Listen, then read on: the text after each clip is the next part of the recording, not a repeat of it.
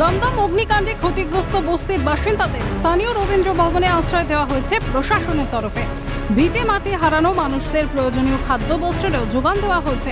এছাড়াও শিশুদের জন্য দুধের ব্যবস্থা করা হয়েছে।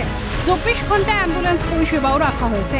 রবীন্দ্র ভবনে ক্ষতিগ্রস্ত পরিবারগুলির সঙ্গে দেখা করতে আসেন তৃণমূল বিধায়ক অদিতি মুন্সি।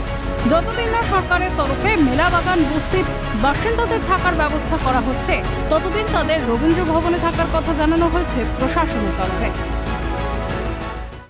অমরপল্লী ছাতাকল বস্তিতে ঠিক সকাল 11টা নাগাদ ভয়াবহ আগুন লাগে এবং সেই আগুন কিভাবে লেগেছে এখনো পর্যন্ত স্পষ্ট নয়।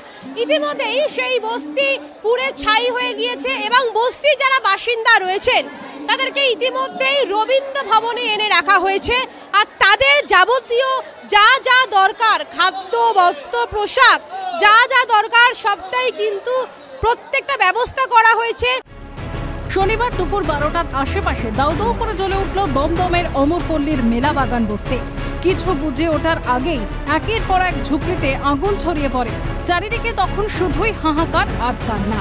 আগুনের লেলিহান শিখায় ভস্মীভূত হয়ে যায় শতাধিক ঝুপড়ি। খবর পেয়ে দমকলের 10টিরও বেশি ইঞ্জিন ঘটনাস্থলে পৌঁছে আগুন নিয়ন্ত্রণে আনে। ভর দুপুরে কিভাবে আগুন লাগলো তা এখনো স্পষ্ট নয়। বাসস্থান হারিয়ে শোকবিহল ঝুপড়ির বাসিন্দারা। আমরা ছিলাম কাজের থেকে এসে দেখি আগুন লাগছে। আগুন এসে দেখি সব পুড়ে ছাই হয়ে গেছে, আর কিছুই নেই। আচ্ছা, এখান থেকে বাচ্চার খাওয়া দাওয়ার ব্যবস্থা করা হয়েছে? হ্যাঁ, সব কিছু করা হয়েছে। জামা কাপড় এটা সেটা, খাওয়া দাওয়া এটা সব কিছু দেওয়া হচ্ছে। কিছু দেখি না, কাজ থেকে ঘরে স্নান করলাম, কলে বালতি নিয়ে দাঁড়ালাম, এর মধ্যে আগুন দেখে হলো। বাঁদিকে দাঁড়ালেন স্নান করার সময়, তারপরে আপনি কি দেখলেন? আগুন দেখলাম, আগুন দাঁড়ালো। সেই সময় কি আপনার সামনে দিয়ে কেউ গেছিল বা কিছু দেখেছে? খেলে অনেক লোক ঢুকছে, বেরোয়, ওখানে অনেক লোক ঢোকে বেরোয়, এই ওখান থেকে এই গাড়ি ঢোকে তো ওই গাড়ি বেরোয় যায়, আসে যাবে আসা করে লোকজন। তাহলে এখন তো আপনার বাড়িতে কিছুই আর নেই, সবটাই পুড়ে ছাই। এই করুণা রূপ আছে, আর কিছুই নেই, কিছুই নেই। টাকা পয়সা পাসপোর্ট সবই কিছু গেছে, কাগজপত্র সব।